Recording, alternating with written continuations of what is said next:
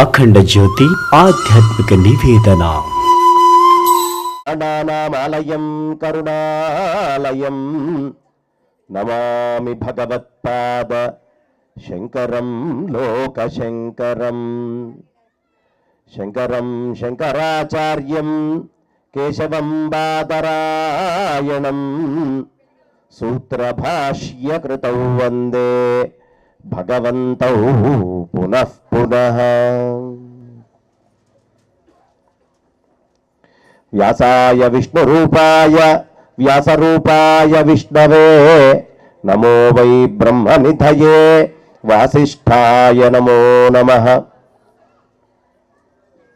గోవిందేతి సదా స్నానం గోవిందేతి సదా జపం గోవిందేతి సదా ధ్యానం సదా గోవింద సంకీర్తనం. అజ్ఞానాం జాహ్నవీ తీర్థం విద్యాతీర్థం వివేకినాం సర్వేషాం సుఖదం తీర్థం భారతీ తీర్థమాశ్రయే. విద్యా వినయ సంపన్నం వీతరాగం వివేకినం వందే వేదాంత తత్వజ్ఞం విధుషేఖర భారతీం. శారదా శారదాంభోజవదనావదనాంబుజే సర్వదా సర్వదాస్మాకం సన్నిధిం క్రియాత్. అంభోధర శ్యామల కుంతలాయై అతి ప్రవాసామ్రజటాధరాయ గిరీశ్వరాయై నిఖిలేశ్వరాయ నమః శివాయై చ నమః శివాయ. సభాకల్పతరుం వందే. ఒక్కసారి అందరూ కూడా ఆనందంగా రెండు చేతులు పైకెత్తి గోవిందా గోవిందా. ఏం పర్లేదు, కొంతమంది గోవిందా అంటానికి మొహమాట పడుతున్నారు. ఇవాళ గోవిందా అనకపోయినా ఏదో ఒక రోజు గోవిందా అంటాం ఖాయం. ఎవడు గోవిందా అనే లోపు గోవిందా అంటాడో వాడికంటే అదృష్టవంతుడు ఇంకోడు లేడు. గోవిందా గోవిందా. శివాయ గురవే నమః శివాయ గురవే నమః శివాయ గురవే నమః. శ్రీమాత్రే నమః శ్రీమాత్రే నమః శ్రీమాత్రే నమః. ఇవాళ చాలా విశేషమైనటువంటి రోజు. ఎందుకయ్యా అంటే మనం అందరం గట్టిగా భగవన్నామం చేశాం. అంతకంటే విశేషమైన రోజు ఏముంటుంది? ఏ రోజు భగవంతుడి యొక్క నామం చేస్తామో ఆ రోజే ఈ నోరుని నోరు అంటారు. మరి మిగతా రోజుల్లో ఏమంటారండి? రుబ్బురోలు అంటారు. నోరు ఏం చేస్తుంది? భగవన్నామం చేస్తుంది. చెయ్యనటువంటి నోరు అన్ని ఇడ్లీలో దోశలో వడలో కార్తీక వన సమారాధనో భోజనాలు వేస్తే రోలు చేసినట్టుగా నవిలు పెడుతూ ఉంటుంది. భగవన్నామం చేస్తే దీన్ని గళము అన్నారు, లేకపోతే గంగాళము అంటారు. గంగాళం ఏం చేస్తుంది? సామాన్లు వేస్తుంటే లోపలికి బిగిచ్చి దాచిపెడుతూ ఉంటుంది. దాని లోపలికి వేసినటువంటి సామాన్ని ఎక్కువైతే బయటికి పడేస్తూ ఉంటుంది. భగవన్నామము చేయనటువంటి గంగాళము కంటే కూడా భగవన్నామమే జీవనం అనుకుండే గళము చాలా గొప్పది. గట్టిగా మొహమాట పడక్కర్లా.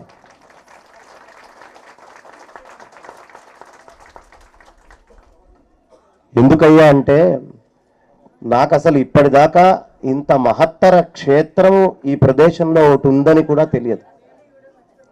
ఇదే మొదటిసారి ఈ క్షేత్రానికి నేను రావటము. ఒక మాటలో చెప్పాలంటే విస్తుపోవడం అనే పదం మీరు వినుంటారు. ఆశ్చర్యానికి గురై ఒక్క క్షణం బుద్ధి ఇంతటి మహాత్ముడు ఇంత మహత్తర క్షేత్రం ఉండి ఇన్నాళ్ళు రానటువంటి నా జీవితం ఎంత వృధా చేసుకున్నాను అనిపించింది లోపలికి వెళ్ళంగానే. ఇంత గొప్ప క్షేత్రం అమ్మ. అన్నపూర్ణ సమేత విశ్వేశ్వరుడా, ఆ పక్కనే స్వయంభూగా కింద పరమేశ్వరుడు కనిపిస్తూ ఆ అలివేలు మంగ పద్మావతి సమేత శ్రీదేవి భూదేవి సమేత వెంకటేశ్వర స్వామి వారా, ఎదురుగుండా ఇంత పెద్ద పుష్కరిణి, ఆ పుష్కరిణిలో ఈ కలికాలంలో ఇంకా ఈ హైదరాబాదులో ఇప్పటికీ అంతెత్తు మీద నీళ్లు ఉండడం. ఇది కాదు స్వామి యొక్క మహత్తు ఇక్కడ ఉంది అని చెప్పడానికి. లోపల కడుగు పెట్టంగానే ఒక తెలియని అటువంటి అనిర్వచనీయమైనటువంటి ఓ లోపల ఉండే రోమాలన్నీ గగుర్పొడిచేటటువంటి వాతావరణం ఈ ప్రదేశంలో ఆ బలం స్పష్టంగా తెలుస్తూ ఉంది. ఇంతటి మహత్తర క్షేత్రానికి నన్ను ఆహ్వానం చేసినటువంటి బడంగ్పేట్ నగర బ్రాహ్మణ సేవా సంస్థకి నేను పాదాభివందనాలు తెలియజేసుకుంటున్నాను.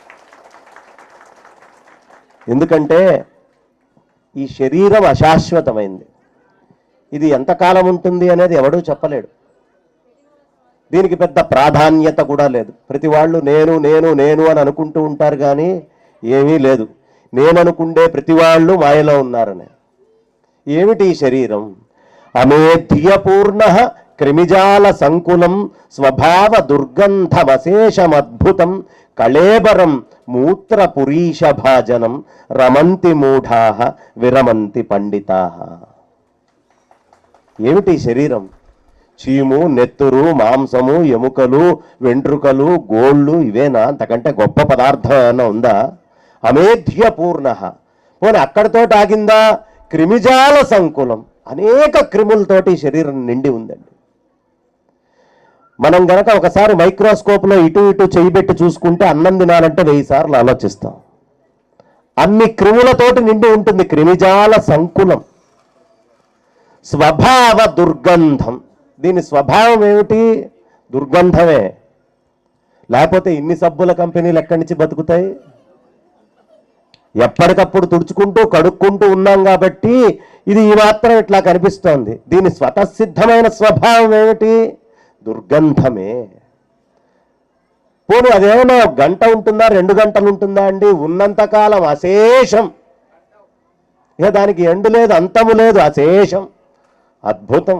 ఏమద్భుతం! ఇంత వాసన వస్తుండే శరీరాన్ని పెట్టుకొని నేను నేను నాది నాది అని వెంపర్లాడుతూ అద్దం ముందు నిల్చొని రకరకాలుగా అలంకరించుకొని ఎన్నో ఆలోచిస్తూ ఉంటాం. కళేబరం, ఈ శరీరం మూత్రపురీష భాజనం. ఏముందండి? లోపల మూత్రము మలము దాచిపెట్టుకొని తిరుగుతున్నాం. అంటే వాకింగ్ డ్రైనేజీ. మహాత్ములు ఎవరైనా కనిపిస్తే, ఇప్పుడు మా పివి నరసింహారావు గారు లాంటి పెద్దలు ఎవరైనా కనిపిస్తే వాకింగ్ లైబ్రరీ అంటాం. ఎందుకంటే శరీరానికంటే మేధకి ప్రాధాన్యత ఇచ్చిన మహానుభావులు వాళ్ళు. కానీ మనలాంటి వాళ్ళం వెళ్ళేటప్పుడు హే వాకింగ్ డ్రైనేజీ అనొచ్చు, మొహమాటం లేదు. ఎందుకు? కళేబరం మూత్ర పురీష భాజనం రమంతి మూఢా. ఈ శరీరం నేను నేను నాది నాది నా నా అని మూఢుడైనటువంటి వాడు ఎప్పుడు రమిస్తూ ఉంటాడు. విరమంతి పండితాహ, పండితుడైనటువంటి వాడు శరీర అభిమానాన్ని వదిలిపెట్టి జ్ఞానము, పరతత్వము, పరమాత్మ ఎప్పుడూ శాశ్వతమైంది, పాడుగానటువంటిది, ఏ విధమైన మలము లేనటువంటిది, విమలమైనటువంటిది అయినటువంటి ఆ పరమాత్మని పట్టుకోవాలనే ప్రయత్నం చేస్తాడు. విరమంతి పండితాహ, పండితుడు దీన్ని వదిలి మలము లేనటువంటి పరమాత్మని పట్టుకుంటాడు. మూర్ఖుడు, మూఢుడు ఈ శరీరమే నేను అనే భ్రమలో బతుకుతూ ఉంటాడు. కాబట్టి ఇలాంటి అశాశ్వతమైనటువంటి శరీరాన్ని చూసుకొని రకరకాలైనటువంటి పనులు మనం చేస్తూ ఉంటాం. ఆ అన్ని పనుల కంటే భిన్నంగా ఇవాళ ఏది చేస్తే ఉత్తమమో ఆ పని చేస్తున్నాం. కార్తీక మాసములో ఏమిటండి? భోజనమే. కానీ వన సమారాధన అనే పేరుతో ఆత్మ నివేదన, పరమాత్మ యొక్క నివేదనగా తీసుకోబోతున్నాం. అది ఎక్కడ? అన్నపూర్ణాదేవి ఉన్నటువంటి క్షేత్రంలో. సాధారణంగా శరీరం మీద అభిమానముతోటి చాలామంది అన్నం తింటూ ఉంటాం. కానీ శంకరాచార్యులు వారు చెప్తారు, శరీరం మీద అభిమానం కోసం భోజనం చేయకయ్యా. మరి దేనికోసం భోజనం చేయాలండి? అన్నపూర్ణే సదాపూర్ణే శంకర ప్రాణవల్లభే జ్ఞాన వైరాగ్య సిద్ధ్యర్థం భిక్షాం దేహి చ పార్వతి. అమ్మా, ఛాందోగ్యోపనిషత్తు చెప్తోంది, మనం తినేటటువంటి అన్నము 3గా విభజించబడుతుంది. అందులో స్థూలమైనటువంటిది మొత్తం ఇందాకే చెప్పుకున్నాగా మలమయం, పురీషం కింద వెళ్ళిపోతుంది. ఇక మధ్యమ భాగము శరీరంలో మాంసం కింద మారుతుంది. ఇందులో ఉండేటటువంటి సూక్ష్మాతి సూక్ష్మమైన భాగమే మన మనస్సుగా మారుతుంది. అందుకే అన్నం తినటానికి, అన్నానికి అన్ని నియమాలు చెప్పారు మన పెద్దవాళ్ళు. ఎలా తినాలి, ఏ విధంగా తినాలి. నాకు మొన్ననే మంథనిలో కూర్మ పురాణం చెప్పడానికి 1 వారం రోజులు వెళ్ళాను నేను. అక్కడ అయ్యా భోజనం చాలా ప్రాధాన్యం అండి, మా పివి నరసింహారావు గారి ఇంట్లో ఎప్పుడూ మంథని వంటే ఉంటుంది, వేరే తినరు ఆయన. అంటే అన్నానికి మేధకి చాలా సంబంధం ఉంది. అన్నానికి మేధకి జ్ఞాన వైరాగ్య సిద్ధ్యర్థం మనస్సు అన్నం వల్ల వస్తోంది. అందుకని నాకు జ్ఞానము వైరాగ్యము రావడం కోసం అన్నం పెట్టమ్మా అని అడిగారు ఆదిశంకర భగవత్పాదాచార్యులు వారు. మనము కడుపు నిండాలి, రుచులు కావాలి, నాలుక అటు ఇటు తిరుగుతూ ఉండాలి, ఎప్పుడు ఏదో ఒకటి అలా పొడి అవుతూ ఉండాలి, లోపలికి పోతూ ఉండాలి. కేవలం నా సుఖము, నా ఆనందం, నా కడుపు నిండడం కోసము అని భోజనం చేస్తాం. కానీ మహాత్ములు అలా చెయ్యరు. అందుకనే పూర్వం వాళ్ళు అన్నం తిన్నాక ఏమండి నా కడుపు నిండింది బాగుంది అనేవాళ్ళు కాదు, ఆత్మారాముడు తృప్తి చెందాడు అనేవాళ్ళు. ఆత్మారాముడు తృప్తి చెందాలి. అన్నం నా కోసం కాదు నేను తినేది. ఎందుకు? అది ఒక యజ్ఞం. ఎలా పడితే అలా తినకూడదు. అదే అన్ని రోగాలకి మనస్సు సమతౌల్యం తప్పడానికి. పూర్వం ఉన్నటువంటి వాళ్ళ మానసిక స్థితి ప్రస్తుతం ఉన్న వాళ్ళకి ఎందుకు లేదయ్యా అంటే, పూర్వం కంటే ఆహారం విశేషంగా బయట అమ్మకానికి రకరకాలుగా అశుద్ధంగా ఎక్కువగా లభిస్తోంది కాబట్టి వీళ్ళ మనస్సు క్షణాల్లో కోపం, క్షణాల్లో ఆవేశం, క్షణాల్లో వాళ్ళు ఏం చేస్తున్నారో తెలియదు. అలాంటి స్థితి రావడానికి కారణం అదే. అన్నశుద్ధి లేకపోతే మనస్సులో శుద్ధి ఉండదు. ప్రతి తల్లి ఎవరు వండినా సరే భగవన్ నామాన్ని చేస్తూ అన్నాన్ని ఉండాలి. అలాంటి అన్నం పెడితే తిన్నటువంటి వాళ్ళందరూ కూడా సాత్వికంగా ఉంటారు. అలా కాకుండా అన్నం వండుతూ మా నాన్న నా గొంతు కోసి 10 ఏళ్ళు అయింది, రోజు నింపటం, రోజు ఖాళీ చేయటం, మళ్ళీ నింపటం, ఖాళీ చేయటం, నింపటం, కడగడం, ఖాళీ చేయటం అని గనక బాధపడుతూ తిట్టుకొని నా కర్మ నా దశ ఇట్లా ఉంది ఏం చెయ్యాలి అని బాధపడుతూ వండితే ఆ మొగుడు ఆ పిల్లలు వాళ్ళు ఊరుకుంటారా? ఏయ్ అని అరవడం మొదలు పెడతారు. ఎందుకు? వాళ్ళ లోపల రాక్షస గుణాలు, తామస గుణాలు వచ్చేస్తాయి. అన్నము వల్లే మన లోపల గుణం వచ్చేది. అన్నము పెట్టే ఆకట్టుకోవాలి మనుషుల్ని. అన్నం వల్లే మనిషి మారతాడు. అలాంటి అన్నము చాలా పవిత్రంగా తినాలి. ఎలాంటి చోట్ల తినాలి? ఇదిగో అన్నపూర్ణ అమ్మవారు ఉన్నటువంటి ప్రదేశంలో భగవన్ నామాన్ని చెప్పుకొని భగవంతుణ్ణి తలుచుకుంటూ తినేటటువంటి అన్నము చాలా విశేషమైనటువంటి అన్నం అవుతుంది. అది యజ్ఞముతో సమానం. ఏమన్నా అన్నం తింటాం అంత పెద్ద యజ్ఞమా? ఆ యజ్ఞమేనండి. కృష్ణ పరమాత్మ ఏం చెప్పాడు?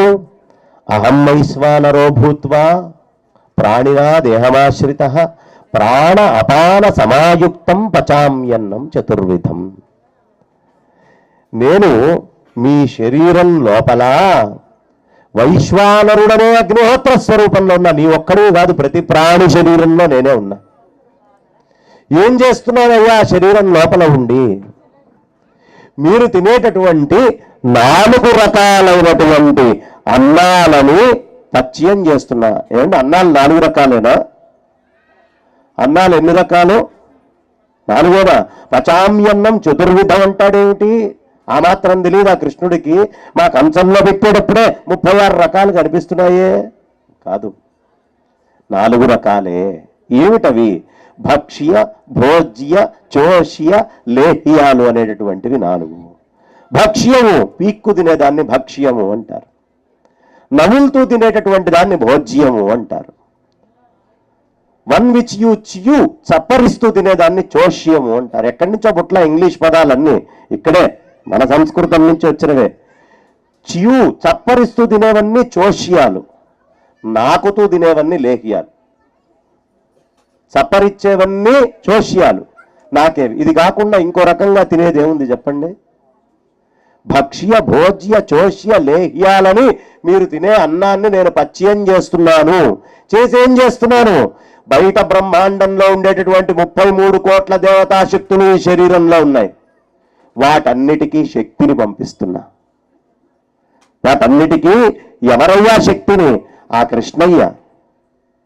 సచ్చిదానంద రూపాయ విశ్వోత్పత్యాది హేతవే తాపత్రయ వినాశాయ శ్రీకృష్ణాయ వయం నమః. ఆయనే పచ్యం చేసి వైశ్వానరుడిగా మొత్తం శక్తిని శరీరానికి అందిస్తున్నాడు. స్థితికారకుడు ఆయనే, స్థితి చేస్తోంది ఆయనే పచ్యం చేసి. కాబట్టి అన్నము తినడం అనేది ఒక యజ్ఞం. అది ఎలా చేయాలయ్యా?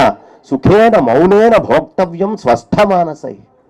సుఖంగా తినాలి, మౌనంగా తినాలి, స్వచ్ఛమైనటువంటి మనస్సుతోటి తినాలి. తింటే ఏమవుతుందండి? జ్ఞాన వైరాగ్యము వస్తుంది. బుద్ధికి చాలా చాకచక్యం. ఎక్కడ ఎంత మాట్లాడాలి, ఎలా మాట్లాడాలి, ఏ విధంగా ప్రవర్తించాలి, దీనికి పవిత్రత. ఊరికినే డాక్టర్ల దగ్గరికి వెళ్ళేటటువంటి పని లేకుండా ఆరోగ్యంగా జీవించడానికి యోగ్యమైనటువంటివన్నీ కూడా లభిస్తాయి.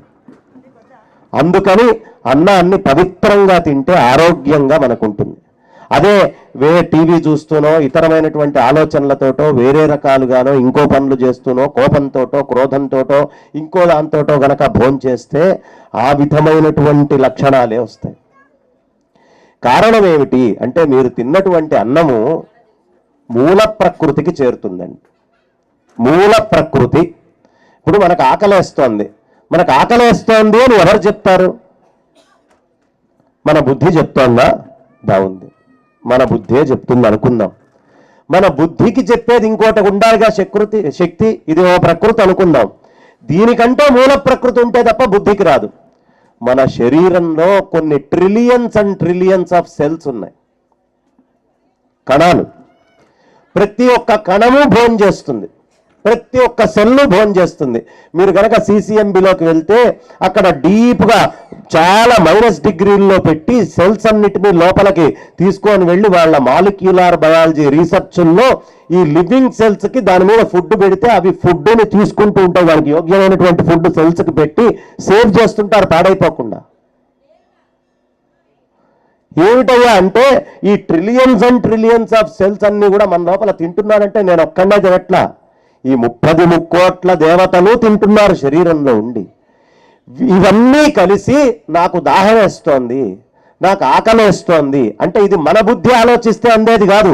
మన బుద్ధి కంటే మూల ప్రకృతి ప్రతి సెల్లులో ఉండి అది పనిచేసి అదంతా సమగ్రమైన రిపోర్ట్ తీసుకొచ్చి ఈ బుద్ధికి ఇస్తే నాకు ఆకలేస్తోంది, నాకు దాహం వేస్తోంది, నాకు ఇది కావాలి అది కావాలి అని మనం తింటున్నాం. అంటే మన ఇంటెలిజెన్స్ కాదు, దానికంటే గొప్పదైనటువంటి ఒక జ్ఞాన వ్యవస్థ మన శరీరంలో పనిచేస్తోంది. దాన్ని మూల ప్రకృతి అవ్యక్త. అది కనిపించదు, కనిపించకుండా మన శరీరంలో పనిచేస్తోంది.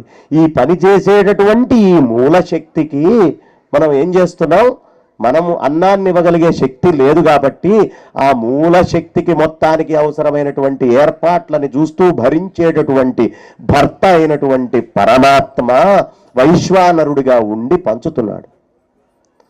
ఆ మూల ప్రకృతి శక్తికి ఇస్తే ఆ శక్తి మిగతా అందరికీ అన్నం పెడుతోంది.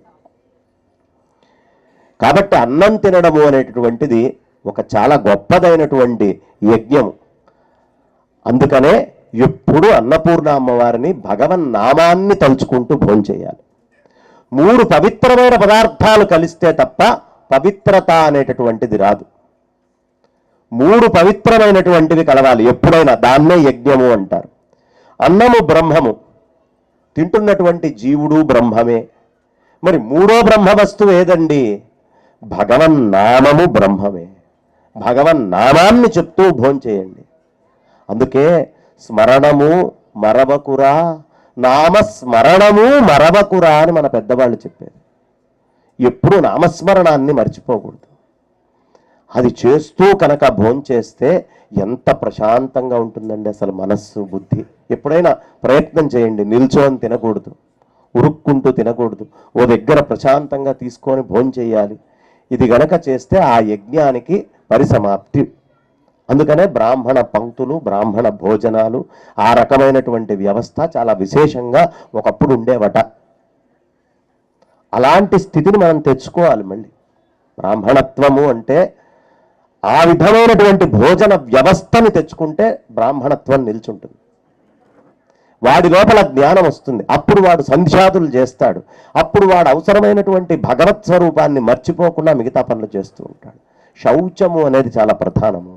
ఆ శౌచాన్ని మళ్ళీ తెచ్చుకుంటే బ్రాహ్మణత్వం నిలుస్తుంది. శౌచం పోతే ఏమీ లేదు, రావణాసురుడి లంక అవుతుంది.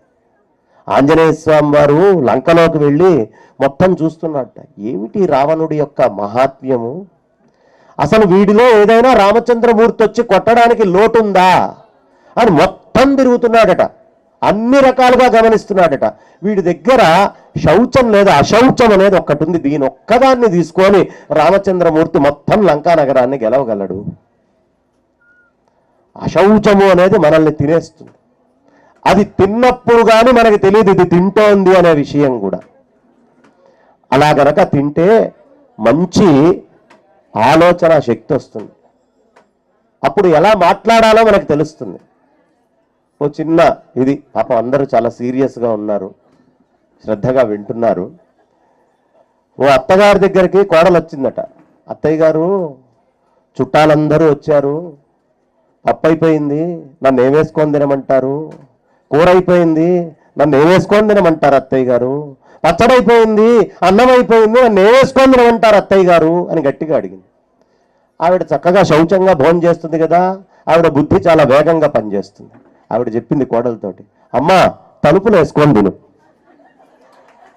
అంటే ఇంటి గుట్టు బయటపడేకే ఏదో ఒకటి తిన్నావో లేదో తలుపులు వేసుకొని లోపల కూర్చోనుండు.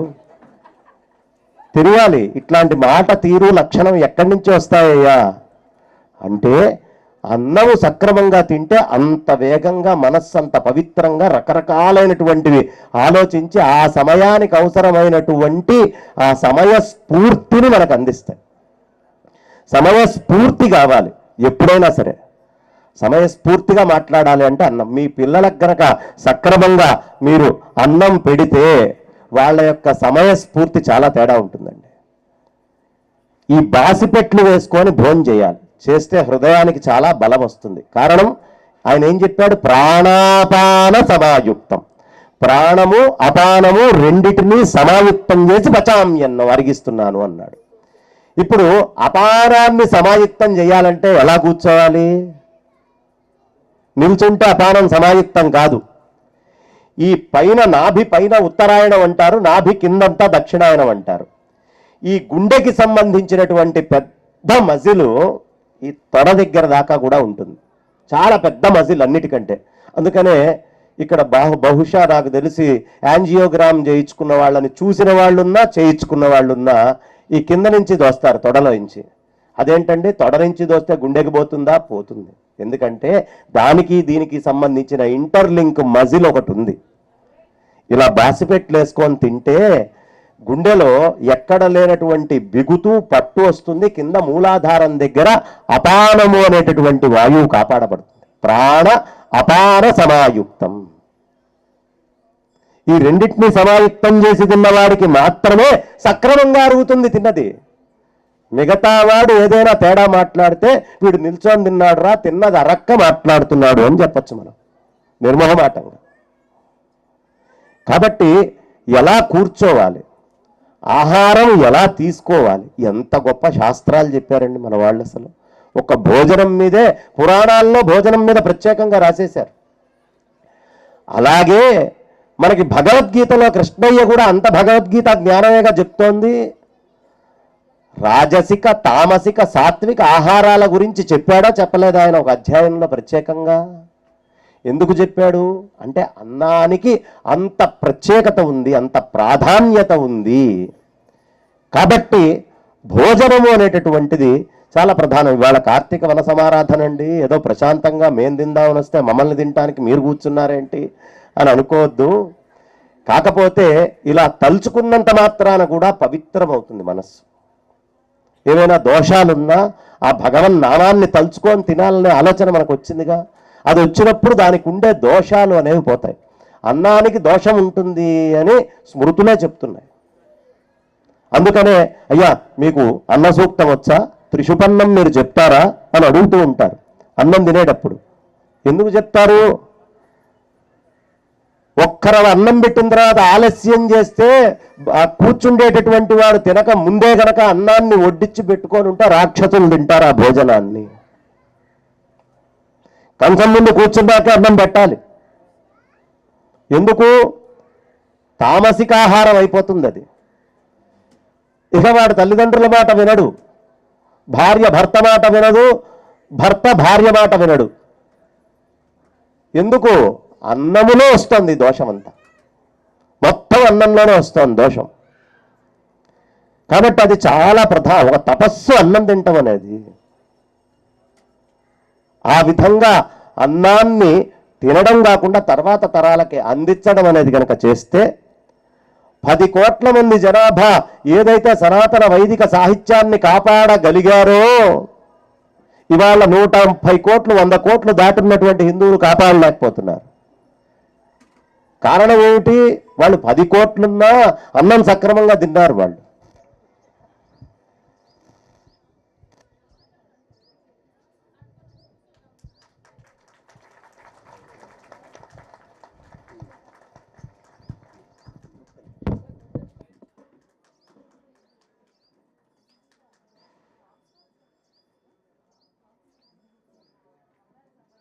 అనుష్ఠానాలు సక్రమంగా చేశారు కాబట్టి అంత సాహిత్యాన్ని వాళ్ళు కాపాడారు. జనాభా పెరుగుతోంది, సాహిత్యం తగ్గుతోంది. కారణం శౌచం పోతోంది లోపల నుంచి. శౌచాన్ని మళ్ళీ తిరిగి తీసుకురావాలి. అది గనక తెచ్చాము అంటే ఇక మళ్ళీ కొంతకాలము దాకా కలి ప్రభావం ఉండదు. ఎక్కడ పడితే అక్కడ తినకూడదమ్మా, ఎలా పడితే అలా తినకూడదు. భగవత్ క్షేత్రంలో తినాలి. విశేషం ఏంటంటే ఈ ప్రదేశంలో ఒకసారి అందరూ పెద్దగా చెప్పండి అమ్మా. గోవిందేతి సదా స్నానం, గోవిందేతి సదా జపం, గోవిందేతి సదా ధ్యానం, సదా గోవింద సంకీర్తనం. గోవింద ఎందుకు చెప్తున్నానయ్యా అంటే స్నానం చేసేటప్పుడు, ధ్యానం చేసేటప్పుడు, జపం చేసేటప్పుడు 3 సందర్భాల్లో గోవిందుణ్ణి స్మరించండి. ఇక్కడ స్వయంభూగా వచ్చి కూర్చొని ఉన్నాడు, ఇక్కడ కూడా స్వయంభూగా వచ్చి కూర్చొని ఉన్నాడు. రామచంద్రమూర్తి అంత గొప్ప కార్యానికి సాధించగలిగాడు అంటే హృదయంలో రాముడున్నాడు, జిహ్వ మీద రామనామాన్ని పెట్టుకొని ఉన్నాడు. ఈ 2 పెట్టుకున్నవాడు ఎప్పుడు ఏ పని మీద వెళ్ళినా ఖచ్చితంగా సాధిస్తాడు. అందుకనే సుందరకాండ పారాయణం చేస్తే పనులు అవుతాయండి. ఎందుకు అవుతాయి? హృదయంలో రాముడు, జిహ్వ మీద రామనామము 2 వస్తాయి కాబట్టి పనులు అవుతాయి. ఆ 2 పెట్టుకున్నవాడు హృదయంలోకి వచ్చినా పని అవుతాయి. కాబట్టి గోవిందుణ్ణి ఎప్పుడైనా సరే ఎప్పుడెప్పుడు తలుచుకోవాలండి అంటే గోవిందేతి సదా స్నానం. స్నానం దేనికండి? శరీరానికే కదా. కాయికమైన పనులు ఏది చేసినా గోవిందుణ్ణి తలుచుకోవయ్యా. గోవిందేతి సదా జపం. వాచికమైన పనులు నువ్వేం చేసినా గోవిందుణ్ణి తలుచుకోవయ్యా. గోవిందేతి సదా ధ్యానం. మానసికమైనటువంటిది కదా ధ్యానం. మనస్సుతోటి చేసేటటువంటి పనులు ఏవి చేసినా కూడా గోవిందుణ్ణే నువ్వు స్మరించు. సదా గోవింద. అప్పుడు ఇప్పుడు ఎందుకయ్యా? ఎప్పుడు గోవిందుణ్ణి సంకీర్తన చేస్తూనే ఉండు. భజ గోవిందం భజ గోవిందం గోవిందం భజ మూఢమతే సంప్రాప్తే సన్నిహితే కాలే నహి నహి రక్షతి డుక్రుణ్కరణే. డుక్రుణ్కరణము నిన్ను కాపాడదయ్యా నీ సన్నిహిత కాలం వచ్చినప్పుడు అని పెద్దలు మనకి సెలవిచ్చి ఉన్నారు. కాబట్టి ఎప్పుడూ గోవిందుణ్ణి స్మరించాలి. ఎందుకయ్యా అంటే ఇక్కడ శివయ్య ఉన్నాడు, ఆయన్ని తలుచుకున్నాం. అలాగే అన్నపూర్ణమ్మని తలుచుకున్నాం. అదేవిధంగా పక్కన ఉండేటటువంటి వెంకటేశ్వర స్వామి వారిని కూడా తలుచుకుంటే శ్రీదేవి భూదేవి సమేత ఇక్కడ తినేటటువంటి అన్నం అంతా శుద్ధి ఆరోగ్యం వచ్చి మన లోపల బయట ఆ పరమాత్మే శుద్ధి చేసుకుంటాడు మొత్తం. ఆయన వచ్చాడంటే మొత్తం మలం ఉండడానికి వీల్లేదు లోపల. ఆయన రానంత దాకా మలం ఉంటుంది. ఆయన ఒక్కసారి లోపలికి వచ్చాడంటే విమలమే, రెండో ఆలోచనే లేదు. కాబట్టి గోవిందుణ్ణి ఎల్లవేళలా ఎప్పుడు ఇప్పుడు అప్పుడు అనేది లేకుండా తలుచుకుంటూనే ఉండండి అయ్యా అనే విషయాన్ని మనకి పెద్దలు తెలియపరిచారు. కారణము యావద్విత్తోపార్జనసక్త స్థావన్నిజ పరివారో రక్త. ఎప్పటిదాకా మనం బాగా డబ్బు సంపాదిస్తూ ఉంటామో, ఓపిగ్గా అటు ఇటు తిరుగుతూ ఉంటామో, అప్పటిదాకా చుట్టుపక్కల వాళ్ళందరూ వచ్చి మా వాళ్ళండి, అయ్యో మాకు తెలియకపోవడం ఏంటి, ఆయన మాకు బాగా క్లోజు, ఆయన అబ్బో మేము ఆయన సన్నిహితం ఇలా తిరుగుతూ ఉండేవాళ్ళం అని రకరకాలుగా చెప్తూ ఉంటారు. ఎప్పటిదాకా యావద్ విత్తోపార్జన సక్త. ఈ శరీరంతో విత్తము అంటే ఓన్లీ డబ్బు అని అనుకుంటారు. డబ్బు ఒక్కటే కాదు, ధనం అగ్నిర్ ధనం వాయుర్ ధనం సూర్యో ధనం వసు ధనం ఇంద్రో బృహస్పతిర్ వరుణం ధనమశ్నుతే. మనం గాలి పీల్చేదాకా, మన లోపల వేడి కరెక్ట్గా మెయింటైన్ అయ్యేదాకా, అన్నీ సక్రమంగా ఉన్నంత దాకా బలంగా ఉంటాడు మనిషి. అప్పటిదాకా అందరూ మావాడు మావాడు మావాడు అంటూ వస్తూనే ఉంటారు. వాళ్ళని చూసి మోసం అక్కర్లా. ఎప్పటిదాకా వస్తారయ్యా? పశ్చాత్ జీవతి జర్జర దేహే. శరీరం కనుక ఒకవేళ జర్జరమై మంచం మీదో పక్కన పడుకుందనుకోండి, వార్తాం కోపిన పృచ్ఛతి గేహే, బాగున్నావా అని అడిగే దిక్కు కూడా ఈ ప్రపంచంలో ఉండదు. ఎవరిని చూసి నమ్ముకొని నువ్వు ఇంత గొప్పగా అని ఆలోచిస్తున్నావో వాళ్ళు ఎవరు నీ వెంట ఉండరయ్యా, అనుమానం లేదు. కారణము ఎవరినో తిట్టద్దు, మనల్ని మనం ఆలోచిద్దాం. మనం ఎవరింటికో వెళ్ళాం, ఆ ఇంట్లో ముసలాయన మంచం మీద పడుకున్నాడు, కాస్త బలంగా ఉన్నవాళ్ళు నలుగురు ఉన్నారు. మనం ఏం చేస్తాం? ఈ ముసలాయన్ని మొహమాటానికి వెళ్ళి ఏం బాగున్నావా, ఏదో రోగం వచ్చిందట కదా, అది ఇది అని ఎవరితోటి తిరుగుతున్నాం? మనం ఓపిక ఉన్నవాడితోటే తిరుగుతున్నాం. మనమే ఓపిక ఉన్నవాడితో తిరుగుతున్నప్పుడు మనకు ఓపిక లేనినాడు ఎవడో వచ్చి మాట్లాడాలని మనం ఎందుకు అనుకోవాలి? అప్పుడు కూడా మనతో ఉండేవాడు ఎవడైనా ఉన్నాడా ఈ సృష్టిలో అని వెతికితే, తరచి తరచి వెతికితే, తారక మంత్రము కోరిన దొరికెను ధన్యుడనైతిని ఓరన్నా అన్నట్టు వెదకి చూచినను. ఎక్కడున్నాడయా? వెదకి తరచి తరచి చూస్తే లోపలే ఉన్నాడు. మనం గనక వెదికి చూస్తే ఆ అనారోగ్యంతో ఉన్నప్పుడు కూడా, ఆఖరి శ్వాస వదిలిపెట్టేటప్పుడు కూడా మనతో ఉండేవాడు ఎవడు? ఉండేది రాముడు ఒక్కడే. ఊరక జడిపోకు మనసా, శివ శివ శివవనరాధా శివనామము చేద, శివ శివ శివవనరాధా భవ భయ బాధలు బాపుకొనరాదా. ఏమయ్యా, చక్కగా భగవన్నామం చేసుకుంటూ ప్రశాంతంగా ఉండరాదా? పనులు చేయాల్సినటువంటి వ్యావహారికమైన పనులన్నీ చేస్తూ ఉండు, కానీ లోపల ఉన్న ఆత్మ వస్తువుని ఎప్పుడు మర్చిపోకు. అది గుర్తుంచుకో. ఎందుకంటే తుదిశ్వాస వచ్చిన నాడు నీ వెంట తిరిగే ఏ ఒక్కడూ నీ వెంట రాడు. ఇక ఈ ముక్కు, ఈ కళ్ళు, ఈ చెవులు చూసుకొని నువ్వు చాలా గొప్పదనుకుంటున్నావేమో. యావత్ పవనో నివసతి దేహే తావత్ పృచ్ఛతి కుశలం గేహే గతవతి వాయో దేహాపాయే భార్య బిభ్యతి తస్మిన్ కాయే. భజ గోవిందం గోవిందం భజ మూఢమతే సంప్రాప్తే సన్నిహితే కాలే నహి నహి రక్షతి డుక్రున్కరణే. ఎంత గొప్ప మాట తెలుసా అండి? యావత్ పవనో నివసతి దేహే, మన ముక్కులో గాలి ఆడేంత దాకా చుట్టుపక్కల వాళ్ళందరూ వచ్చి బాగున్నారా, ఏం చేస్తున్నారు, అది ఇది అని రకరకాలుగా అడుగుతూ ఉంటారు.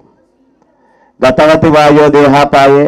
ఇప్పుడు చెప్పండి, ఈ శరీరము నేనా, ఆ గాలి నేనా? గాలి ఆడితే పుట్టాడు అన్నారు, గాలి ఆగితే పోయాడు అన్నారు. గాలి ఆడేంతసేపు చుట్టుపక్కల వచ్చి జనాలందరూ పలకరిస్తున్నారు. గాలి ఆగితే మరి నిన్నటిదాకా ఉన్న ముక్కే ఉంది, నిన్నటిదాకా ఉన్న కళ్ళే ఉన్నాయి, నిన్నటిదాకా ఉన్న జుట్టు చర్మము నిన్నటివి అన్నీ అక్కడే పడుకొని ఉన్నాయిగా. అన్నీ అక్కడ ఉన్నా గాలి లేనటువంటి దాని దగ్గర రావడానికి భయపడుతున్నారు జనం.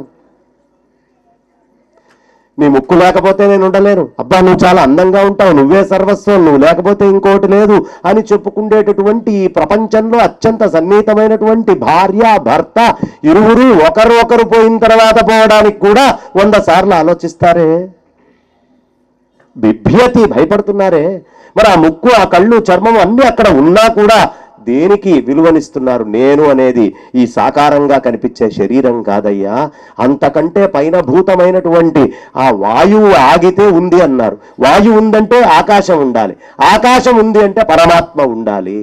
తస్మాద్వా ఏతస్మాదాత్మన ఆకాశత్ సంభూతః ఆకాశాద్ వాయు వాయోరగ్ని అగ్నేరాపః అద్భ్యః పృథివీ పృథివ్యా ఓషధయః ఓషధీభ్యోన్నం. శరీరం ఉన్నంత దాకా వాయువుని గుర్తించట్ల. వాయువు పోతే ఆకాశంలో కలిసిపోతున్నాం. ఆకాశం ఎక్కడ కలుస్తోంది? ఆత్మయందుంది. అంటే ఆకాశానికి వాయువు కంటే పెద్ద భూతాన్ని ఆశ్రయించవయ్యా, అది పరమాత్మ. అది అంతటా నిండి ఉంది. కాబట్టి నీకంటే పైదాన్ని ఆశ్రయిస్తే నీకేమన్నా పనులుంటే చేసి పెడుతుంది. నీకంటే కింద దాన్ని తీసుకొని వెళ్ళావనుకో ఏ పని కాదుగా. మరి ఆశ్రయించాల్సిందేన్ని? పరమాత్మను ఆశ్రయిస్తే బాగుపడతాం. ఎందుకు? ఈ భూతములోంచి వాయువు వెళ్ళిపోయినా పరమాత్మను దాటిపోలేదయ్యా, ఖాయం, రూఢి, రాసుకోండి. అందుకని మనం ఎప్పుడూ ఆ గోవిందుణ్ణి తలుచుకోవాలి. వాడు ఉంటే గాని ఉంది, వాడు లేకపోతే ఏదీ లేదు. సంపద, సిరి, లక్ష్మి అన్నీ కూడా వాడు ఉంటేనే, వాడిచ్చేవే. వాడినే పట్టుకుంటే సంపదలు నీకెందుకు? వాడు చూసుకుంటాడు మిగతా విషయం అంతా. కాబట్టి ఎప్పుడు గోవింద ధ్యానం వదిలిపెట్టకండి, ఎప్పుడు పరమేశ్వర ధ్యానం వదిలిపెట్టకండి. గోవిందా గోవిందా ఇంత చెప్పినా గోవిందా అంటానికి ఆలోచిస్తున్నారు.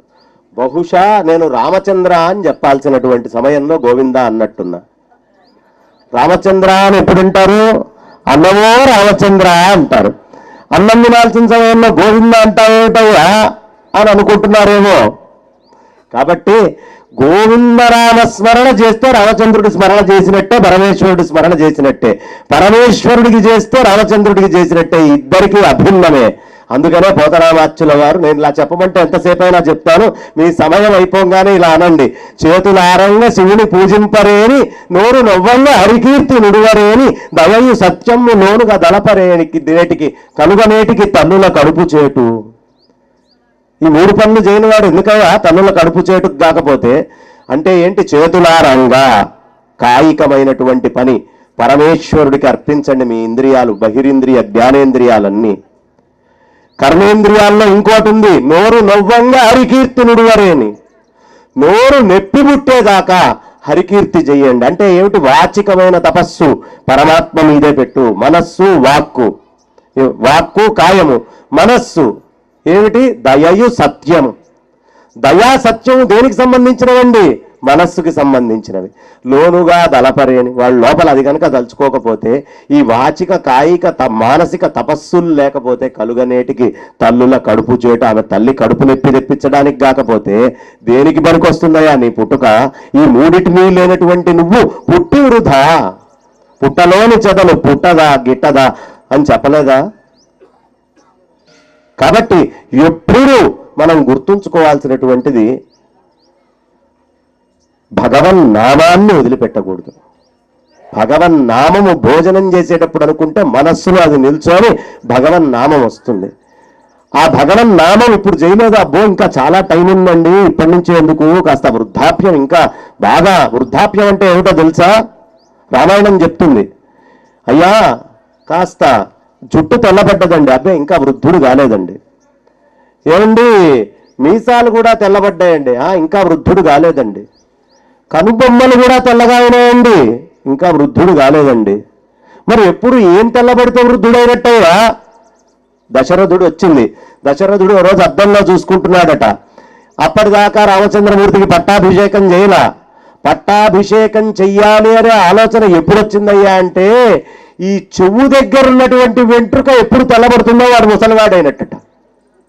అరే నా చెవు దగ్గర వెంట్రుక తెల్లబడ్డదే, ఇప్పుడు రాముడికి పట్టాభిషేకం చేయాలి. ఆనందరామాయణం తీసి చూసుకోండి, లేనిది కాదు. కాబట్టి ఇది పడ్డదాకా వాడికి ఇంకా చింత ఉండదు, ఇంకా పట్టుకుందాం, అది కావాలి, ఇది కావాలి, ఇది కావాలి, అది కావాలని పరితపిస్తూ ఉంటూనే ఉంటాడు. కాబట్టి ఈ చెవు దగ్గర వెంట్రుక తెల్లబడే లోపే ఈ చెవులోకి మహాత్ముల ద్వారా భగవన్ నామాన్ని తెచ్చుకోవయ్యా. అది గనక తెచ్చుకుంటే అప్పుడు వృద్ధాప్యము లేని ఆత్మతత్వాన్ని పొందుతావు. లే శరీరాన్నే నమ్ముకున్నావా, ఈ చెవుని నువ్వు పట్టించుకోకుండా ఉంటే చెవు మీద వెంట్రుక వచ్చి నిన్ను తెల్లబడి తీసుకెళ్ళిపోతుందయ్యా. కాబట్టి ఈ వెంట్రుక తెల్లబడితే వాళ్ళ వృద్ధాప్యం వచ్చినట్టు చెవు మీద. అందుకని ఎప్పుడు మనము ఈ శరీరాభిమానం కంటే కూడా వాక్కు మీద, శరీరంతో పరమాత్మ మీద, మనస్సుతోటి ఈ సిద్ధాంతాల, ఆత్మతత్వ సిద్ధాంతాలు ఏముంటాయో ఉపనిషత్తు దర్శనాల మీద మనస్సుని పంపిస్తూ పనిచేయాలి. ఇది గనక చేస్తే తిరుగులేదు. అందుకనే ఆంజనేయ స్వామి వారు ఇలా లేచారట.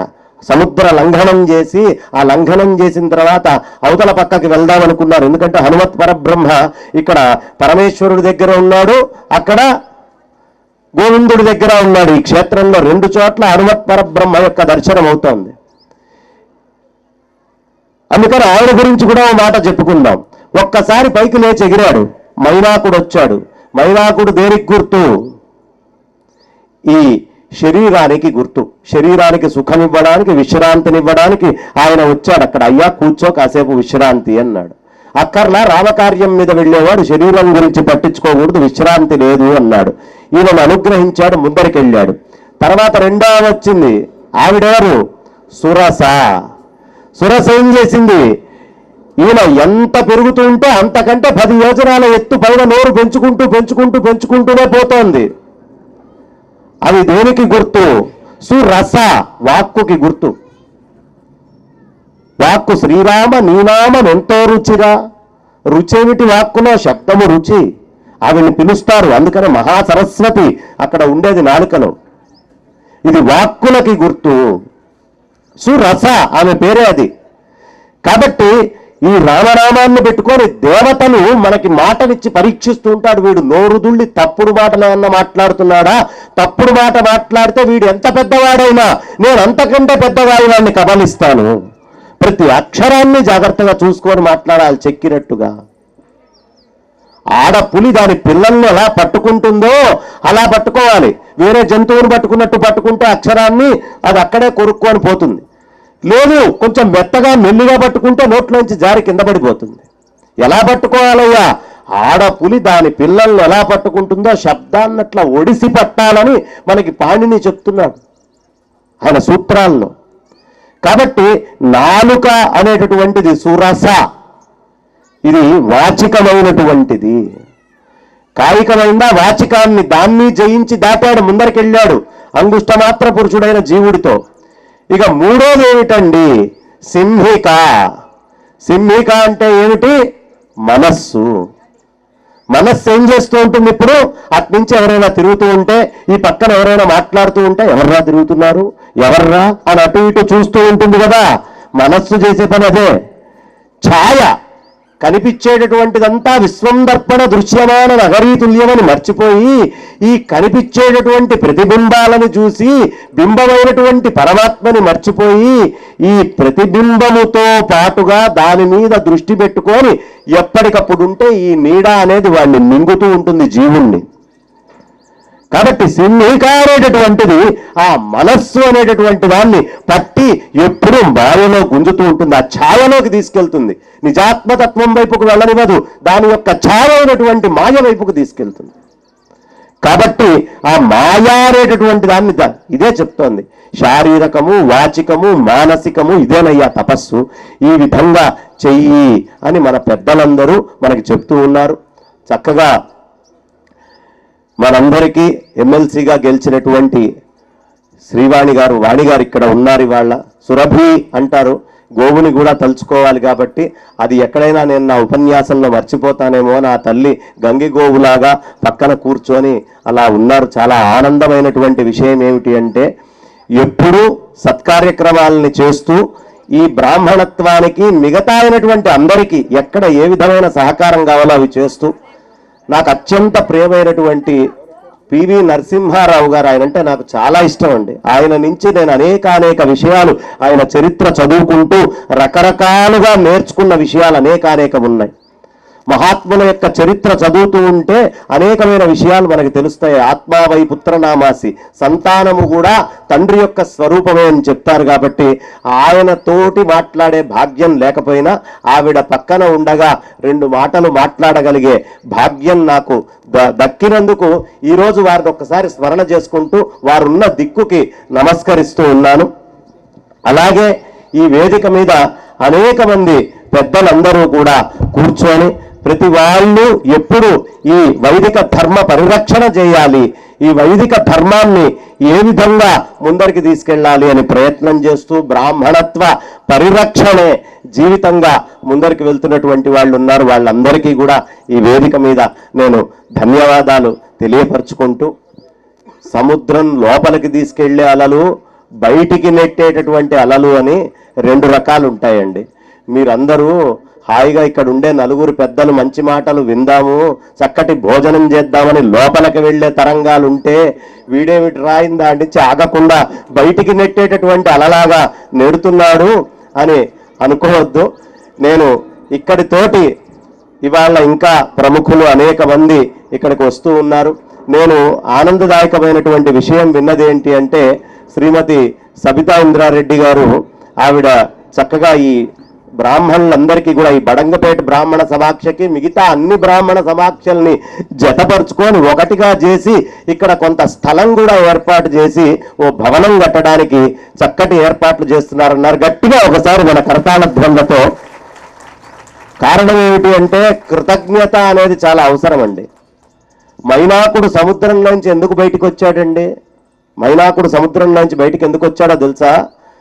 ఒకప్పుడు దేవేంద్రుడు రెక్కల్ని నరుకుతూ ఉంటే ఆయన దాక్కొని సముద్రంలోకి వెళ్తే దశరథుల వారు దేవేంద్రుడు ఈయన రెక్కలు కూడా నరకడానికి వస్తుంటే వద్దయ్యా నరకకు అని చెప్పి ఆపితే ఈయన చేసిన సహకారానికి ఆ మైనాకుడిని వదిలిపెట్టేశారు. అంటే ఎప్పుడో తండ్రి చేసినటువంటి పనికి తర్వాత ఆ రాముడి కొడుకు యొక్క కార్యం మీద ఎవడో బయటికి వెళ్తుంటే వాడికి కూడా కృతజ్ఞత చూపించాడు సముద్రుడు. చెప్తాడు మైనాకుడికి, కాబట్టి నీకు రుణం తీర్చుకుంటే భాగ్యం వచ్చింది పైకి వెళ్ళయ్యా అంటారు. ఎప్పుడు రుణము అనేటటువంటిది మనం మర్చిపోకూడదు. రుణము అనేటటువంటిది తీర్చుకోవాల్సినటువంటి బాధ్యత మనందరి మీద కూడా ఉంటుంది. అలాగే బీజేపీ నుంచి మా రామచంద్రరావు గారు ఆత్మీయులు వారు కూడా రావడం జరిగింది. నాకు బీజేపీ అనగానే వెంటనే మన కాశ్మీరు ఏదైతే కశ్యప ప్రజాపతి యొక్క ప్రదేశం ఉందో అది ఇతరమై ఆక్రమణకి గురవుతుంటే దాన్ని వెనక్కి తెచ్చినటువంటి ధీర శూరమైనటువంటి ప్రభుత్వం కనిపిస్తుంది. అలాగే ఇవాళ బాబ్రీ మస్జిద్ దగ్గర అయోధ్యలో అది తీసి అక్కడ రామమందిరం, భవ్యమైన దివ్యమైనటువంటి రామమందిరాన్ని నిర్మించేటటువంటి ఆ మహత్తర కార్యక్రమం. ఎందుకంటే నేను ఏ పార్టీకి చెందిన వాడిని కాదు కాబట్టి నా పక్కన ఎవరు ఉంటే వాళ్ళ గొప్పతనాలు ఏవి ఉంటే ఆ ప్రతి గొప్పతనాన్ని నా హృదయంలో పెట్టుకొని నాకు అవసరమైనటువంటి నా మూల ఆరాధ్య దైవమైనటువంటి నీకన్న దయాళువు లేలోకమ్మున లేరటంచులో నెరిగితినో శ్రీకర కరుణాకర జగదేకపతి జానకీపతి శ్రీరామ అని ఆ రామచంద్రమూర్తి వారి క్షేత్రాన్ని తీసుకొచ్చినటువంటి ఘట్టం గుర్తొస్తుంది. ఆ రాముడు రాబోతున్నాడు అతి వేగంగా, కాబట్టి ఆ రుణం కూడా మనం అందరం తీర్చుకోవాల్సినటువంటి అవసరం ఉంది. ఇలాంటి మహాత్ములందరూ అనేక రకాలుగా ఉండి ఓ పక్క యాదగిరిగుట్ట వైభవాన్ని చూస్తున్నాం, ఇంకొక పక్క అయోధ్య వైభవాన్ని చూస్తున్నాం. ఇలాగే సనాతన వైదిక ధర్మము పరిఢవిల్లుతూ దీని యొక్క సువాసన అన్ని చోట్లకి వ్యాప్తి చెంది యావత్ విశ్వమునందు దీని బీజాలు, దీని మహత్తు, దీని గొప్పతనము అంతటా చేరాలి అని మనసా ప్రార్థిస్తూ వచ్చినటువంటి పైన వేదిక మీద ఉన్నటువంటి పెద్దలందరికీ నమస్కరిస్తూ, వచ్చినటువంటి కింద అన్నీ తెలిసినా మీరు కింద కూర్చున్నారు, ఏమీ తెలియకపోయినా నేను పైన కూర్చున్నాను, దీంట్లో అనుమానం ఏమీ లేదు. నాకు నిస్సంకోచంగా తెలుసు కింద ఉన్న మీ అందరికీ అన్నీ తెలుసు అని. కానీ 25 లక్షల రూపాయలు పెట్టి కారు కొనుక్కున్నా డ్రైవర్ ముందుంటాడు, ఓనర్ వెనకే ఉంటాడు, మీరు కిందే ఉంటారు, ఏం లేకపోయినా నేను ముందు కూర్చుంటాను అని చెబుతూ నా వాణికి విరామాన్ని ఇస్తూ స్వస్తి.